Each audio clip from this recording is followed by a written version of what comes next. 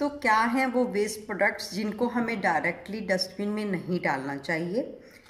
जैसे कि ये छोटे छोटे पाउचेस होते हैं, शैम्पू पाउचेस भी हो सकते हैं, कॉफ़ी के पाउचेस भी हो सकते हैं।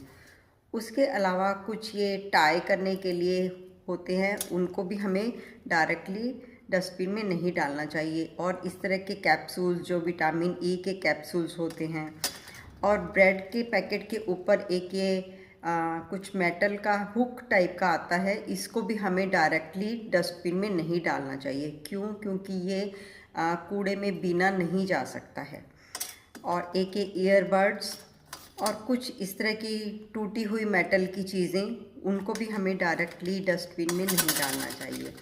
इसके अलावा कुछ ये हुक्स होते हैं जो हम हैंग करते हैं और उसके बाद ये कई बार गिर जाते हैं, तो इनको भी हमें डायरेक्टली नहीं डालना चाहिए।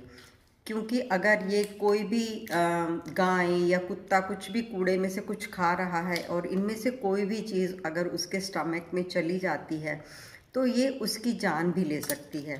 उसके अलावा एक ये सिलिका जेल, जैसे हम कभी शूज़ ऑर्डर करते हैं या हम कुछ भी ऐसी चीज़ें मंगाते हैं, उनके साथ ये ज़रूर हमारे को आता है जिसके ऊपर लिखा भी होता है कि नॉट एन एडिबल आइटम, यानी कि इसको खाया नहीं जाना चाहिए। अगर हम इसको डस्टबिन में डायरेक्टली ही डाल देंगे तो ये धरती के अंदर कूड़े में कहीं भी जहाँ पर गाय या कुत्ते खाना खा रही हैं तो ये उनके पेट में भी जा सकता है, जो कि बहुत ही हार्मफुल चीज़ है।